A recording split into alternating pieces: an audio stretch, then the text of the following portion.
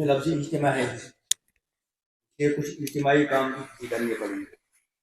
جس کو یہ شوق ہو کہ میں تنہائی میں کام کروں گا، تو تنہائی کے لیے سب سے اچھی جگہ اپنی مسجد ہوتی ہے. آدمی تھوڑا سا پردے میں رہتا ہے اور بالکل سب سے الگ تھلگ. تنہائی وہ بہت اچھی چیز ہے، لیکن جب اپنی مسجد کو چھوڑ کر آ گیا آدمی تو محض اعتکاف کے لیے تو نہیں آیا. اعتکاف تو ہے ہی، لیکن اگر صرف اعتکاف مقصود ہوتا تو پھر اپنی مسجد میں کرنا اچھا تھا. آرام بھی، سہولت بھی، گھر سے کھانا بھی آتا، سب کچھ آتا، پیسہ بھی نہیں دینا پڑتا. لیکن یہاں آنے کا یا کسی جگہ جب آدمی جائے اجتماعی اعتکاف کے لیے جہاں ہوتا ہے تو وہاں مقصد صرف اعتکاف نہیں ہوتا. اعتکاف تو ہی مقصد، لیکن اعتکاف کے ساتھ ساتھ کچھ اور بھی. اس کے لیے کچھ اجتماعی معمولات ہوتے ہیں، اجتماعی کام ہوتے ہیں. اس لیے اس کا صرف اجتماعی کاموں میں اجتماع رہے. جو اجتماعی اعتکاف ہے اس میں اجتماعی کاموں میں اجتماع رہے. لیکن آپ لوگ انفرادی میں تو اجتماع کرتے ہیں. زید کے 4 دوست وہ زید کے پاس بیٹھیں گے، اور وہ جو بلالیہ والے بچے ہیں وہ آپس میں دوستی کریں گے. عبداللہ اپنے دوستوں کے ساتھ بیٹھے گا، اور وہ جو کراٹے والا کیا نام ہے اس کا، اویس، وہ اپنے کراٹے والوں کو لیں گے. یہاں یہ نہیں چاہیے. میرا مشورہ یہ ہے، نہ اپنے جان پہچان والوں کے پاس بیٹھیں، نہ وہاں سوئیں، نہ کھانا کھائیں ان کے ساتھ. پھر فائدہ ہوگا پورا. میں کبھی عمرے کو جاتا تھا، پہلے تو میں الحمدللہ اکیلا جاتا تھا بہت سال تک اللہ کے فضل سے، اور کوئی ہوٹل نہیں، کچھ نہیں، حرم میں رہتے تھے. تو کبھی میرے ساتھ کچھ ساتھی ہوتے تھے.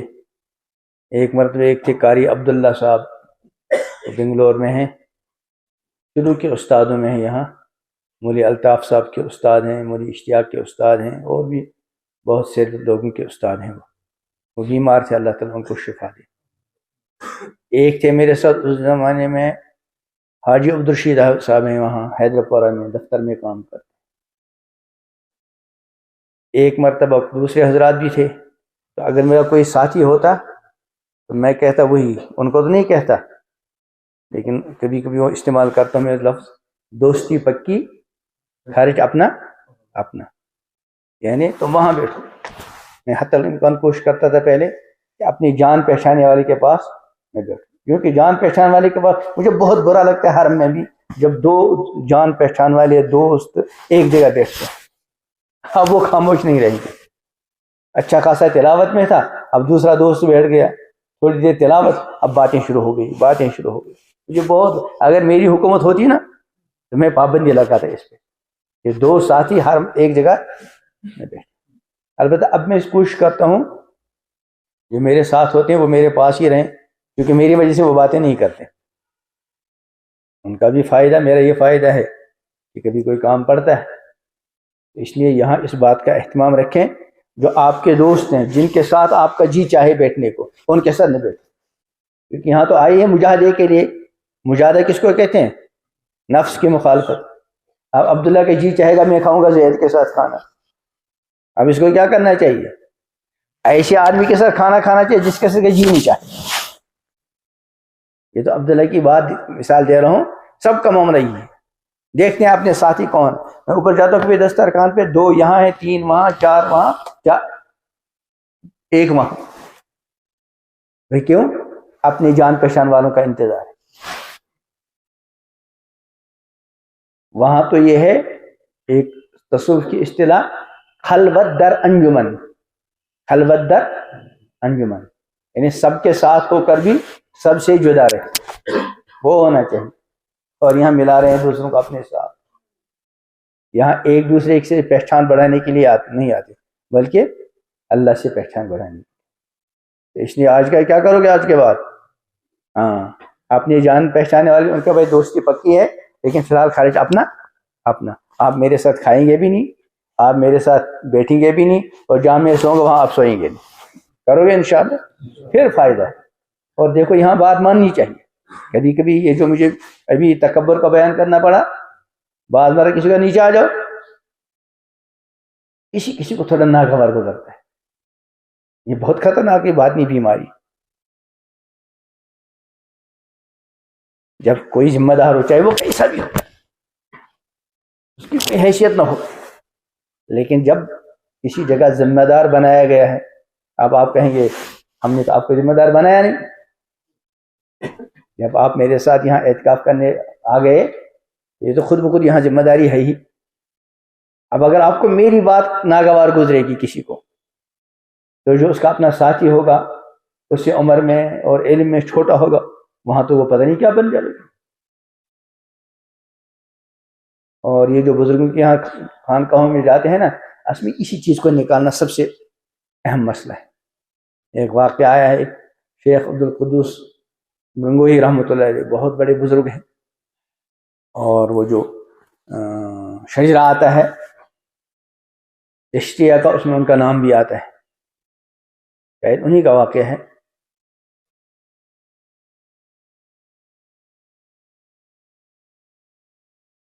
انہی بزرگوں میں سے کسی کا واقعہ ہے، یا تو ان کا ان کے ساتھ یا ان کا ان کے ساتھ. ایک بزرگ تھے، ان کے پوتے تھے. جب تک ان کے اپنے دادا جان زندہ تھے، ان کو اس کی کوئی اہمیت نہیں. اب جب بہت لوگوں نے فائدہ اٹھایا، اور پوتے جی بیچارے اپنی مستی میں رہے. اور عام طور پہ جو بزرگ ہوتے ہیں نا، ان کے اپنے بچے اکثر کچھ حیا کی وجہ سے، کچھ اس کی وجہ سے فائدہ نہیں اٹھا پاتے. کہتے ہیں نا کبھی کبھی چراغ تلے اندھیرا، وہ بہت دیکھنے میں ملتا ہے، بار ہم نے بہت دیکھا ہے. تو اب جب دادا جی چلے گئے، اور دادا جی سے فیض یافتگان کچھ لوگ تھے، اب اس کو یاد آیا یار میں نے تو اپنی زندگی ضائع کی. اب دیکھا میرے دادا جان کے جو خلفاء ہیں ان میں سے کسی کو تلاش کروں. گئے ایک کے پاس. جب ان کو معلوم ہوا کہ میرے شیخ کے پوتے آ رہے ہیں، وہ اپنے تمام خدام اور ان کے ساتھ استقبال کے لیے بہت دور تک گئے، اور بڑی شان کے ساتھ لایا طرح طرح کے کھانے، فلاں اور فلاں. اب 2-3 دن گزرنے کے بعد پوتے صاحب نے کہا اپنے دادا جی کے جو خلیفہ ہیں، حضرت میں اس کے لیے تو نہیں آیا تھا، یہ تو مجھے گھر بھی ملتا تھا. کہا میں اصل میں وہ چیز لینے آیا جو آپ ہمارے دادا کے یہاں سے لے گئے. اتنا کہنا تو ان کا موڈ بند ہو گیا. اب رکھا کسی کام میں، لمبا واقعہ ہے یہ اندر کا جو ہے. پھر کچھ دن کے بعد امتحان کیا. ایک بھنگن تھی، بھنگن جانتے ہو؟ بھنگن، ہاں صفائی والے. پہلے بھنگن دوسرے قسم کے ہوتے تھے، اب تو یہ جو بیت الخلاء بنتے ہیں نا فرش، اب تو ان کی ضرورت نہیں پڑتی. پہلے زمانے میں وہ بنتے تھے، وہ عام اس کی صفائی کرنی پڑتی. میں جب جلال آباد پڑھتا تھا تو وہاں جو بھنگنیں آتی تھی، تو مسلمانوں کا اتنا اثر تھا، وہ بھی حجاب کر کے آتی تھی. اب میں جس بیت الخلاء میں جاتا تھا، جب میں جاتا تھا تقریباً 500-600 مکھیاں استقبال کو آتی تھی. یعنی آج کل تو میرے لیے ایسی جگہ جانا، ایک مرتبہ یہ لے گئے ہم کو، وہاں فیضان بھی تھے. کہاں گئے تھے؟ جہاں رات گزاری تھی. تھا رات گزاری تھی نا 10 بجے یوس مرگ، تو وہاں رات گزاری. وہاں ایک جگہ مجھے جانا پڑا، وہاں وہ عام بیت الخلاء بنا ہوا تھا، اور بڑی مشکل سے میں اندر جا سکا. حالانکہ اتنی مکھیاں تھی نہیں تھی جتنی وہاں ہوتی تھی. تو اب کچھ دن اس کی تربیت کرنے کے بعد اس بھنگن سے کہا جب آپ گندگی لے کر جاؤ گی تو یہ جو پوتے صاحب ہیں ان کے پاس سے گزرنا. اب جو گئے وہ شاہانہ مزاج کے تھے، بہت کچھ کہا کہ نہ ہوتا گنگوں میں بتاتا. اس نے کہا حضرت میں گئی تھی، اس نے تو یہ الفاظ کہے میاں جی نے. وہ ابھی اس کے اندر سائز زادگی کی بو ہے کہ میں گنگو کا ہوں، خدا کا ہوں، اور پھر مجاہدے کروائے اور ایسے ایسے کام کروائے. اس میں یاد آ گیا حضرت تھانوی رحمۃ اللہ علیہ کے پاس ایک مرید، ایک بہت بڑا شیخ آیا مرید بننے کے لیے. اب شیخ جو ہوگا تو وہ شیخ ہونے کا اثر ساتھ چلتا ہے، تو اس نے سوچا میں مرید ہو جاؤں گا، پھر سارے لوگوں میں مٹھائی تقسیم کروں گا. مٹھائی کی ایک بڑی ٹوکری خادم کے ہاتھ، وہ تو نہیں اٹھاتے، شیخ ہے، تو مٹھائی کی ٹوکری بڑی رکھوائی کس کے سر پر؟ خادم کی. اب ایک جگہ گئے، حضرت تھانوی کا وہاں پروگرام تھا، حضرت نے فرمایا نہیں یہاں تو نہیں، اب دوسری جگہ لے گئے صاحب زادے اس کو. پھر کہا ارے بھائی اس خادم کو کیوں لا رہے ہیں، بیچارہ بلال، بھیج دو اس کو واپس. اب خادم گیا واپس. اب حضرت نے کہا بھائی یہاں بھی موقع نہیں. اب وہ اگلے گاؤں میں، اب تک تو مٹھائی کا ٹوکرا کس کے سر پر تھا؟ خادم کے. وہ خادم کو حضرت نے کروائی چھٹی، کیونکہ آئے تھے نا علاج کے لیے، اور یہ علاج شروع کر دیا پہلے سے ہی، بیعت کیا پہلے، بعد میں علاج کیا پہلے. اب کسی اور کو تو کہہ نہیں سکتے تھے. اب شیخ صاحب نے جس نے کبھی 2 کلو بھی نہیں اٹھائے ہوں گے، وہ مٹھائی کا ٹوکرا اپنے سر پر. اور شیخ کو چونکہ سب جانتے ہیں، جہاں جا رہا ہے تو اس کے جاننے والے دیکھ رہے ہیں شیخ صاحب کے سر پر مٹھائی کا ٹوکرا. وہاں پہنچے، وہاں پھر بھائی یہاں بھی موقع نہیں، چلو اگلے گاؤں میں جانا ہے. تو کئی گاؤں ان کو پھرایا تاکہ وہ سیٹھ پنا جو ہے وہ اندر سے. تو کچھ عرصے ان کو پھر مجاہدہ کروایا.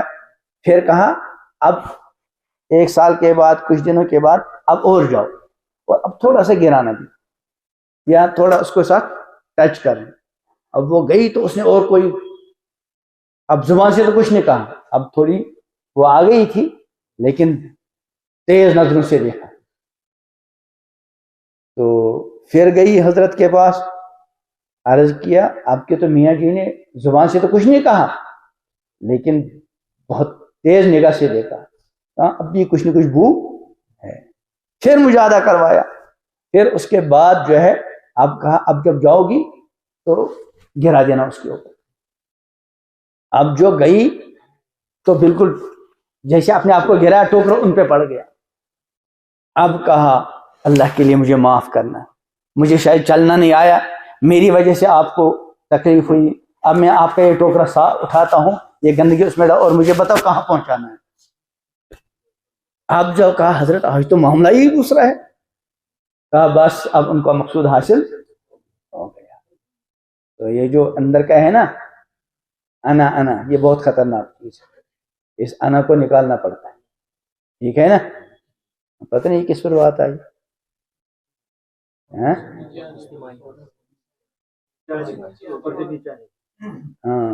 اور بھی آئی تھی.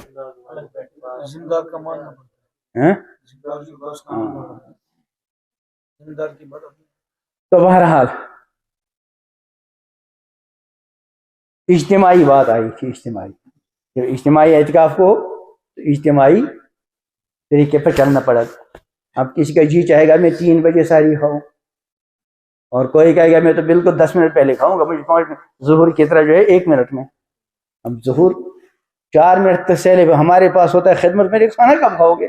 اب 1 منٹ میں کھانا کھا گے، نہیں تو کھانا کھانا نہیں ہوا. یہ تو ایسے اس سے دیگچی سے چاول نکال کر پلیٹ میں ڈال دیے، ایسے اٹھا کر پیٹ میں ڈال دیے. تو کچھ کو تو ایسی مہارت ہوتی ہے 1 منٹ میں کھائیں گے، اور کچھ سیٹھوں کی طرح 1.5 گھنٹہ لگائیں گے. لیکن جب اجتماعی کام ہو تو اس میں وہ نہیں چلے گا، کھانے کا جو وقت اس وقت کھانا کھائیں گے. ایسی تعلیم کا جو وقت ہو، پڑھانے کا جو وقت ہو، اس کا لحاظ کرنا چاہیے. ٹھیک ہے کہ نہیں ہے؟ اب بیچارہ عبداللہ کھاتا تھا زید کے ساتھ، اب اس کا وہ گیا.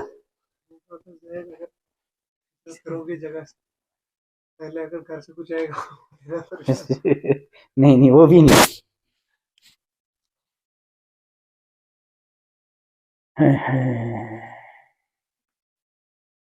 دیکھو اس میں 20 اسباق ہیں، اب سارے تو ہوں گے نہیں.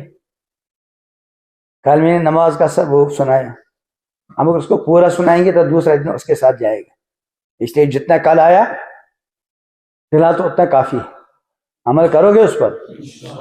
اس کے بعد روزے نماز کا ہے، روزے کا ہے، اور روزہ تو ماشاء اللہ رکھ ہی رکھے اور پورا ہو گیا ہے، یہ بھی ضروری ہے، لیکن روزے کا تذکرہ آتا رہتا ہے۔ دوسرا ہے زکوٰۃ، زکوٰۃ دینے والے جن پہ زکوٰۃ لازم ہوگی وہ تو کم ہی ہوں گے، اور وہ دیتے ہوں گے کہ نہیں؟ کوئی ایسا مالدار بھی ہے، دیکھو مالدار کی 3 قسمیں ہیں، کتنی؟ 3 یا 4۔ ایک مالدار لغوی، لغوی جانتے ہو کیا کہوں گے انگریزی میں اس کو؟ ڈکشنری کے اعتبار سے مالدار، مال والا۔ اب کسی کے پاس 300 روپے ہیں، یہ 300 روپے مال ہے کہ نہیں ہے نا مال، تو ڈکشنری کے اعتبار سے یہ بھی مالدار، لیکن عرف میں اس کو مالدار نہیں کہیں۔ ایک تو یہ مالدار، دوسرا مالدار ہے عرف کے اعتبار سے۔ دوسرا مالدار کون ہے؟ اگر کسی کے 10-15 لاکھ روپے ہوں آج کل کے اعتبار سے، اس کو عرف میں مالدار کہیں گے؟ کہیں گے نہیں، ہے نا؟ اگر تمہارے پاس 15-20 لاکھ روپے ہوں اور تم کسی بڑے سیٹھ کے یہاں رشتے کو لے کر جاؤ جس کے پاس کروڑ پتی ہو، کہے گا تم بھی مالدار میں بھی مالدار، بھائی کتنا تمہارے پاس؟ 10 لاکھ یا 15 لاکھ۔ وہ کیا کہے گا؟ اے باولے، یہ مالدار نہیں کہلاتا ہے۔ ایک عرف کے اعتبار سے مالدار اور ایک شرعاً مالدار۔ شرعاً مالدار 2 طرح کے، ایک وہ مالدار، یہ تو ضمن آ گئی بات، اصل مجھے کچھ اور سنانا ہے۔ ایک وہ مالدار جس پر زکوٰۃ فرض ہے، جس پر زکوٰۃ، اس کے لیے ایک چیز تو یہ رکھنا چاہیے یاد، ہر چیز پر زکوٰۃ 5 طرح کی چیزوں پر ہوتی ہے۔ کتنی؟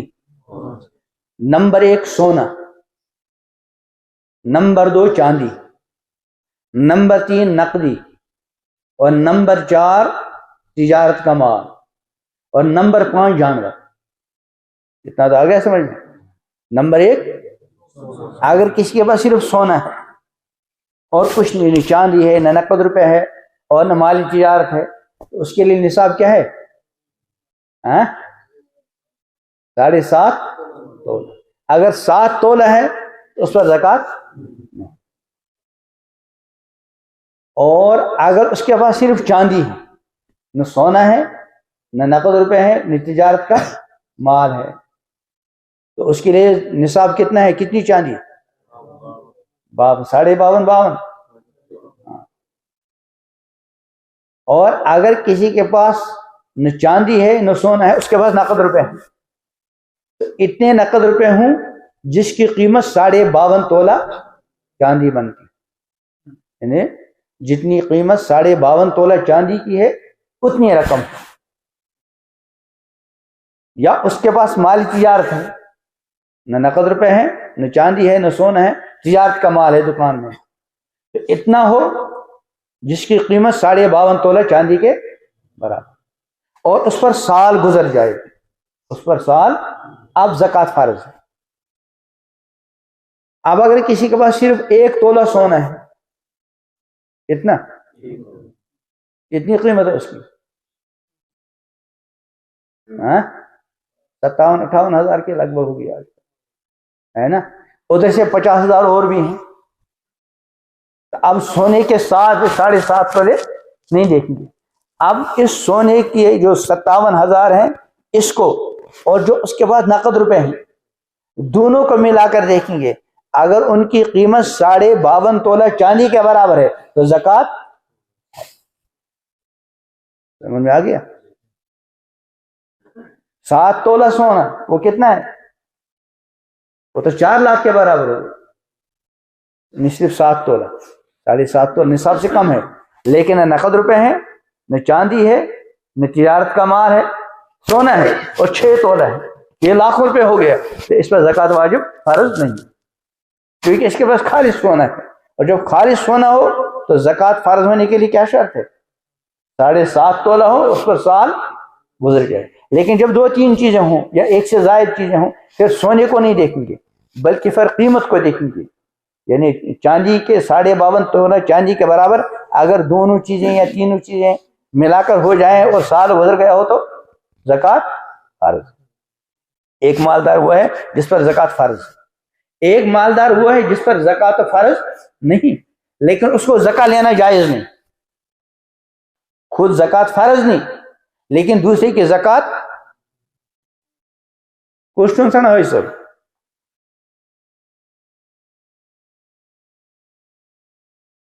کسی کے مہمان ہیں؟ ہاں. تو دوسرا مالدار کون ہے؟ اس پر زکوٰۃ تو فرض ہے ہی نہیں لیکن دوسرے کی زکوٰۃ لے نہیں سکتا اور اس پر صدقہ فطر بھی واجب ہے، قربانی بھی واجب ہے. وہ کون ہے؟ جس کے پاس کوئی بھی چیز جو ضرورت سے زائد ہو، جو ضرورت سے زائد ہو اور اس کی قیمت 52.5 تولہ چاندی ہو تو اس پر زکوٰۃ تو ہے ہی نہیں لیکن وہ زکوٰۃ لے نہیں سکتا اور اس کے ذمہ صدقہ فطر واجب ہے، قربانی بھی واجب ہے. یہ تو آگے زکوٰۃ کی بات، یہ ضمن آ گئی. مجھے اصل میں زکوٰۃ کا بیان کرنا ہے. مجھے کسی سب خیریت. اچھا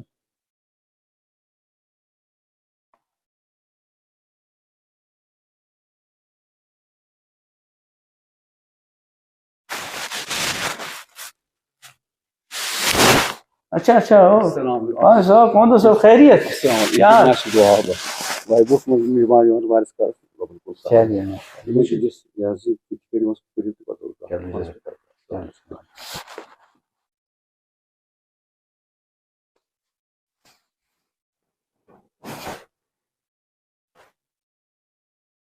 میرے شرح اوراد فتح ہے فارسی میں ملا محمد جعفر جعفری. کون سا یہ جعفری کیا میں تو بھی ہوں ہم صاحب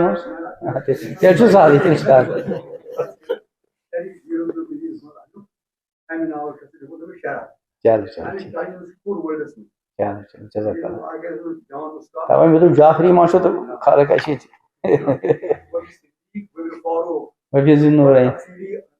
اچھا ماشاء اللہ جزاک اللہ جزاک اللہ. صاحب کی کتابیں ہر سال کچھ نہ کچھ چھاپتے رہتے ہیں. علامہ انور شاہ صاحب پہ نے ان کی سوانح کی ہے.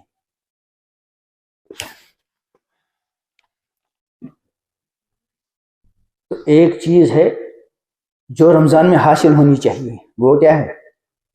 تقوی. تو آج تقوی کا بیان ہے. پڑھے کہ دیر ہو گئی؟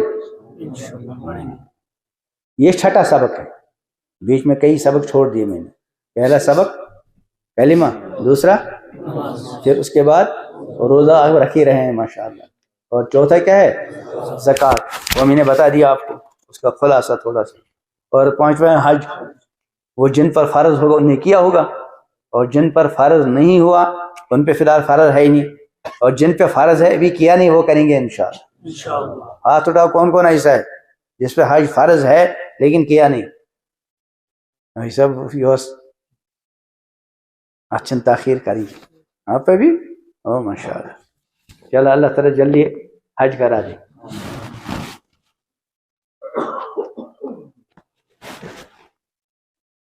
اب جو حج کرنا ہو حج کا سیکھنا چاہیے. لوگ دعوت پہ اتنا پیسہ خرچ کرتے ہیں، 1 مہینے لگاتار دعوتیں ہوتی رہتی ہیں، کبھی اس کی دعوت کھائی کبھی اس کی دعوت کھائی کبھی اس کی، لیکن حج کو سیکھا ہی نہیں. ایک کتاب ہی نہیں پڑھتے.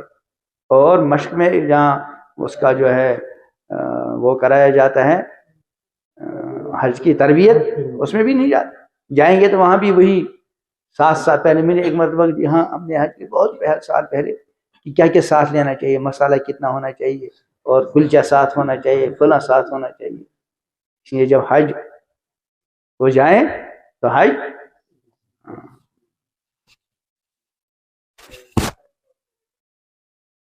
تمہارے اوپر تو ہوگا میرے خیال سے، یا تم پر ہو گیا تمہاری اہلیہ پر ہوگا. جب اتنی گنجائش ہو کہ آپ حج کو جا سکیں اور حج کر کے آ سکیں جب تک آپ کی میڈم اور عبدالحاجی کا خرچہ چلتا رہے، اگر اتنی گنجائش ہے تو حج فرض ہو جاتا ہے. اس لیے میں نے کہا یا تمہارے اوپر یا اہلیہ پر، دونوں میں سے ایک پر، بعد میں پوچھ لینا مطلب، ٹھیک ہے؟ بسم اللہ الرحمن الرحیم۔ چھٹا سبق، تقوی اور پرہیزگاری۔ تقوی اور پرہیزگاری کی تعلیم بھی اسلام کی اصولی اور بنیادی تعلیمات میں سے۔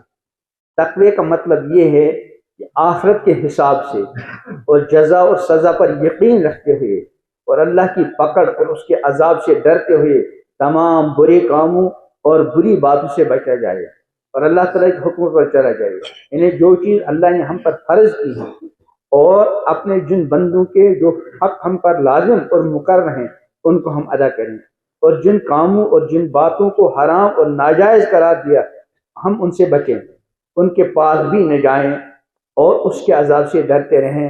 قرآن و حدیث میں بڑی تاکید کے ساتھ بار بار اس تقوی کی تعلیم کی گئی ہے۔ ہم صرف چند آیتیں اور حدیثیں درج کرتے ہیں۔ پہلی آیت، یا ایھا الذین آمنوا اتقوا اللہ حق تقاتہ ولا تموتن الا وانتم مسلمون، اے ایمان والو اللہ سے ڈرو جیسا اس سے ڈرنے کا حق ہے، جیسا اس سے ڈرنا چاہیے، اور آخری دم تک اسی تقوی کے ساتھ اس کی فرما برداری کرتے ہوئے یہاں تک کہ تم کو اسی فرما برداری کی حالت میں موت آئے۔ دوسری آیت، فاتقوا اللہ ما استطعتم، اللہ سے ڈرو اور تقوی اختیار کرو جس قدر بھی تم سے ہو سکے، یعنی جو تمہارے بس میں ہو، اور اس کے سارے حکموں کو سنو اور مانو۔ یا ایھا الذین آمنوا اتقوا اللہ ولتنظر نفس ما قدمت لغد واتقوا اللہ ان اللہ خبیر بما تعملون، اے ایمان والو اللہ سے ڈرو اور تقوی اختیار کرو، اور یہ اللہ کا حکم ہے، اللہ کا آرڈر ہے، اور ہر شخص کو چاہیے کہ وہ یہ دیکھ اور غور کرے اس نے کل کے لیے یعنی آخرت کے لیے کیا عمل کیے، اور دیکھو اللہ سے ڈرتے رہو، وہ تمہارے سب عملوں سے پوری طرح خبردار ہے۔ قرآن شریف سے معلوم ہوتا ہے جو لوگ اللہ سے ڈریں اور تقوی اور پرہیزگاری اختیار کریں کے ساتھ پرہیزگاری کے ساتھ زندگی گزاریں، ان پر دنیا میں بھی اللہ تعالیٰ کا خاص فضل ہوتا ہے اور اللہ تعالیٰ ان کی بڑی مدد کرتے ہیں۔ ارشاد ہے وَمَن يَتَّقِ اللَّهَ يَجْعَل لَّهُ مَخْرَجًا وَيَرْزُقْهُ مِنْ حَيْثُ لَا يَحْتَسِبُ، جو لوگ ڈریں اللہ سے اور تقوی والی زندگی اختیار کریں تو اللہ تعالیٰ ان کے لیے مشکلات سے نکلنے کا راستہ پیدا کرتا ہے اور ان کو ایسے طریقوں سے رزق دیتا ہے جس کا ان کو گمان بھی نہ ہو، اس لیے حرام سے بچنا چاہیے۔ قرآن شریف سے بھی معلوم ہوتا ہے جن لوگوں میں تقوی ہوتا ہے وہ اللہ کے ولی ہوتے ہیں، پھر ان کو کسی دوسری چیز سے کا ڈر اور رنج بالکل نہیں ہوتا۔ فرمایا الا ان اولیاء اللہ لا خوف علیہم ولا هم يحزنون الذین آمنوا وكانوا يتقون لهم البشرى فی الحیات الدنیا وفی الآخرہ۔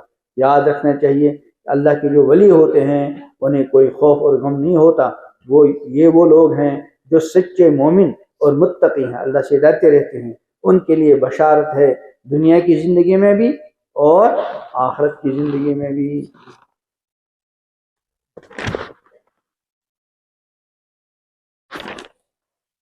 آگے آیت کا ترجمہ ہی کرتا ہوں۔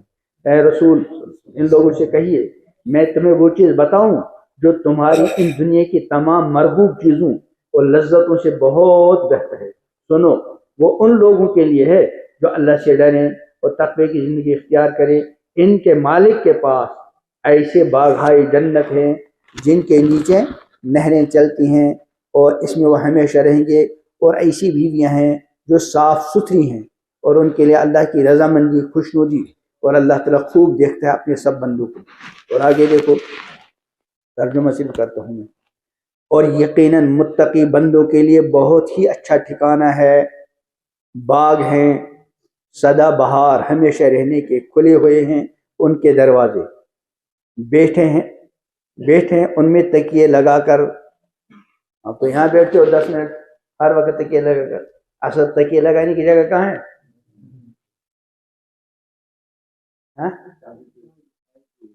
اس کی چابی 928 6928 اعتکاف میں ہو دے دو ان کو چابی۔ ان میں تکیے لگائے ہوئے منگاتے ہیں، یعنی اصل جو دنیا میں کھانا ہے پینا ہے سونا ہے، نکاح ہے، لباس ہے، یہ زندگی کی ضروریات ہیں. اصل دنیا میں کھانے کے لیے نہیں آئے، اصل سونے کے لیے نہیں آئے. کھانے پینے کی اور مزے اڑانے کی جگہ اصل کہاں ہے؟ جنت. لیکن وہاں کے مزے اڑانے کے لیے یہاں کے حرام مزوں کو تو بالکل چھوڑنا پڑے گا. حرام مزوں کو بالکل، اور حلال مزوں میں بھی تھوڑی کیا کرنی پڑے گی؟ کرنی پڑے گی. پھر وہاں مزے ہی مزے. چنانچہ کچھ مزے یہاں بیان کر رہے ہیں. یقیناً متقی بندوں کے لیے بہت ہی اچھا ٹھکانہ ہے. باغ ہیں سدا بہار، ہمیشہ رہنے کے، کھلے ہوئے ان کے دروازے. یہ نہیں کہ گیٹ بند ہے پہلے لاؤ پھر گیٹ کھولو، کھلے ہوئے. کیا کرتے ہیں؟ ٹیک لگائے ہوئے ہیں، تکیے لگائے ہوئے ہیں. منگاتے ہیں کس سے؟ خادموں سے. وہ خادم بھی کیا ہوں گے؟ اللہ نے ان کی خوب تعریف کی دوسری جگہ. کیا منگاتے ہیں؟ کہ میوے اور شربت، اور ان کے پاس ایسی نیچی نگاہ رکھنے والیاں، سب برابر کی عمر کی. یہاں کی عورتوں کا کوئی ٹھکانہ نہیں. آج جن کو چاند کا ٹکڑا لگ رہی ہے، 10 سال کے بعد 15 سال کے بعد بڑھیا بن گئی ہوگی. وہاں جو ملیں گے انشاءاللہ ان میں کبھی بڑھاپا، ہاں جیسی پہلے دن تھی 1,00,000 سال گزرنے کے بعد بالکل ایسی. ان کی خوبصورتی میں کوئی کمی. اب بتاؤ، یہاں کی ذرا سی حرام لذت کے لیے آدمی اتنی بڑی نعمت اور لذت چھوڑ دے، یہ دانائی کی بات ہو رہی ہے. ان کے پاس عورتیں ہوں گی نیچے نگاہ والے، یہ نہیں کہ آپ کو بھی دیکھ رہی، اس کو بھی دیکھ رہی، اس کو بھی دیکھ رہی. وہاں یہ معاملہ سب برابر عمر کی. یہ ہے وہ انعام جس کا وعدہ کیا جاتا ہے تم سے روز حساب کے لیے. بے شک ہمارا رزق جس کے لیے کبھی نبٹنا یعنی ختم ہونا نہیں. تو یہ سب کس کے لیے ہے؟ متقین کے لیے. ان المتقین فی جنات ونہر. ان اکرمکم، اللہ کے نزدیک سب سے زیادہ مکرم کون ہوگا؟ جس کے دل میں اللہ کا سب سے زیادہ خوف ہوگا. اب حدیث رسول اکرم صلی اللہ علیہ وسلم کے پہلی اوپر والی حدیث. اسی طرح رسول اللہ صلی اللہ علیہ وسلم نے ایک حدیث میں یہ فرمایا، مجھ سے زیادہ قریب، پتا ہو سب حضور سے قریب رہنا چاہتے ہیں کہ نہیں؟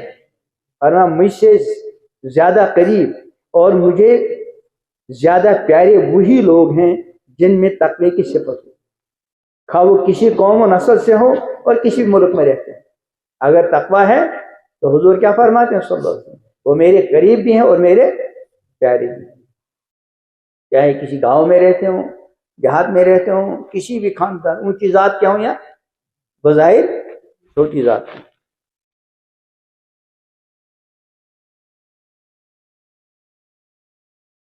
یعنی تقوی خدا کا خوف اور آخرت کی فکر ساری نیکیوں کی جڑ ہے.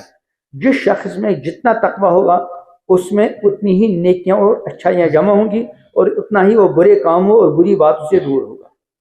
رسول اللہ صلی اللہ علیہ وسلم کے ایک صحابی نے آپ سے عرض کیا، حضور میں نے حضور کے بہت ارشادات اور بہت سی ہدایتیں سنی، مجھے خطرہ ہے کہ یہ ساری ہدایتیں اور نصیحتیں مجھے یاد نہ رہ سکیں، اس لیے حضور کوئی ایسی جامع نصیحت فرمائیے جو میرے لیے کافی ہو. آپ نے ارشاد فرمایا، اپنے علم اور واقفیت کی حد تک اللہ تعالیٰ سے ڈرتے رہو اور اسی ڈر اور فکر اور تقوی کے ساتھ زندگی گزارتے رہو.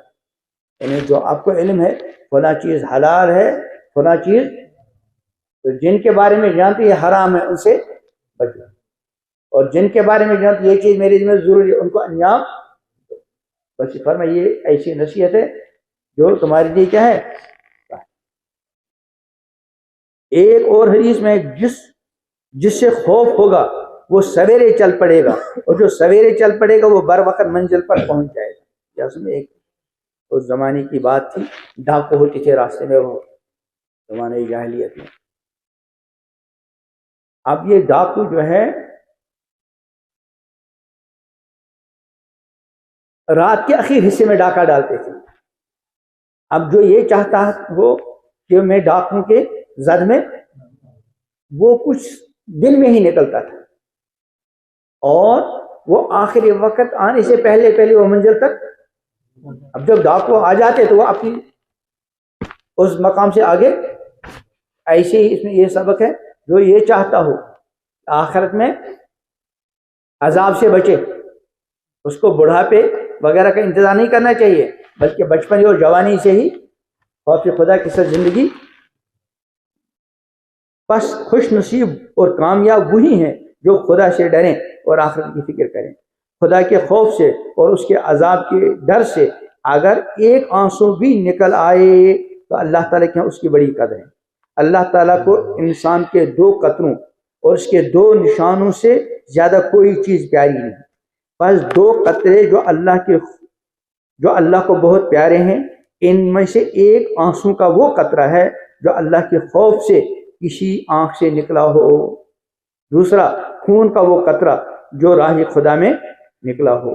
اور 2 نشان جو اللہ کو بہت پیارے ہیں اور محبوب ہیں، ان میں ایک وہ نشان جو راہ خدا میں کسی کو لگا، دوسرا وہ نشان جو اللہ کے فرائض ادا کرنے سے پڑ گیا، جیسے نمازیوں کی پیشانیوں اور گھٹنوں میں کبھی پڑ جاتا ہے. ایک دوسری حدیث میں ہے، ایسا آدمی کبھی دوزخ میں نہیں جا سکتا جو اللہ کے خوف سے روتا ہو. الغرض خدا کا سچا خوف اور آخرت کی فکر اگر کسی کو نصیب ہو تو بڑی بات ہے، اور اس خوف اور فکر سے آدمی کی زندگی سونا بن جاتی ہے. فرماتے ہیں بھائیوں خوب سمجھ لو، اس چند روزہ دنیا میں جو خدا سے ڈرتا رہے گا، مرنے کے بعد آخرت کی زندگی میں اس کو کوئی خوف اور رنج نہ ہوگا، اور وہ اللہ کے فضل و کرم سے ہمیشہ خوش و خرم اور بڑے چین و آرام سے رہے گا. اور جو یہاں خدا سے نہ ڈرے گا اور آخرت کی فکر نہ کرے گا اور دنیا کی لذت میں مست رہے گا، وہ آخرت میں بڑے دکھ اٹھائے گا اور ہزاروں برس خون کے آنسو رہے گا. تقویٰ یعنی خوف خدا اور فکر آخرت پیدا ہونے کا سب سے زیادہ مؤثر ذریعہ اللہ کے ان بندوں کی صحبت ہے جو خدا سے ڈرتے ہوں اور اس کے حکموں پر چلتے ہوں. دوسرا ذریعہ دین کی اچھی معتبر کتابوں کا پڑھنا اور سننا ہے. اور تیسرا ذریعہ تنہائی میں بیٹھ کر اپنی موت کا خیال کرنا اور مرنے کے بعد اللہ کی طرف سے نیکیوں پر جو ثواب اور گناہوں پر جو عذاب ملنے والا ہے اس کو یاد رکھنا اور اس کا دھیان کیا کرے، اور اپنی حالت پر غور کیا کرے اور سوچا کرے کہ قبر میں میرا کیا حال ہوگا، قیامت میں جب سب بندے اٹھائے جائیں گے تو میری کیا حالت ہوگی، جب عذاب خدا کے سامنے پیشی ہوگی اور میرا نامہ اعمال میرے سامنے کھولا جائے گا تو میں کیا جواب دوں گا، کہاں منہ چھپاؤں گا. جو شخص ان طریقوں کو استعمال کرے گا انشاءاللہ اس کو ضرور تقویٰ نصیب ہوگا. اللہ تعالی ہم سب کو تقویٰ نصیب کرے، پرہیزگاری کی زندگی عطا کرے. اور اب تک جو تقوی کے خلاف ہماری زندگی کا جو حصہ گزرا ہے اللہ اپنی عظیم قدرت کے صدقے کے فعل میں معاف کرے، اور آئندہ پوری زندگی تقوی کے ساتھ خوف خدا کے ساتھ اور پرہیزگاری کے ساتھ گزارنا نصیب کرے. سبحان اللہ بحمدہ، سبحانک اللہم وبحمدک، ونشہد ان لا الہ الا انت نستغفرک ونتوب الیک. سبحان ربک رب العزۃ عما یصفون.